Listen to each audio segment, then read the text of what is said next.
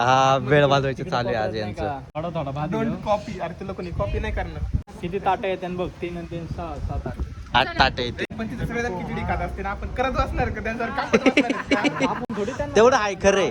आणि आता आम्ही बनवणार आहे भेळ. भेळ बनवायचं यांचं नियोजन माझं तर उपास आहे, मी तर नाही खाणार आहे, पण बघूयात यांची भेळ आज कशी बनणार आहे. एवढं भयंकर असं ऊन आहे आणि आता आम्हाला प्लेस शोधतोय पुढे जाऊन बसायचं आणि ती भेळ बनवायची. फायनली आम्हाला एक प्लेस भेटली जिथं भेळ बनवायची. भेळ बनवून खेळ करणार आहे आज आम्ही. इथंच जायचंय तरी यांना गाड्या लागतात तिथं राव. चालत चाला की बघा ती मागची. ओमकार किती छान आहेस रे तू. तुझं सामान आहे. अरे तो लय हे वा वा वा वा वा वा. नको घेऊ, पांढरी पॅन्ट आहे, दुसरा पेपर. आम्हाला चाकू भेटत नव्हता, आम्ही चाकू आणलाय.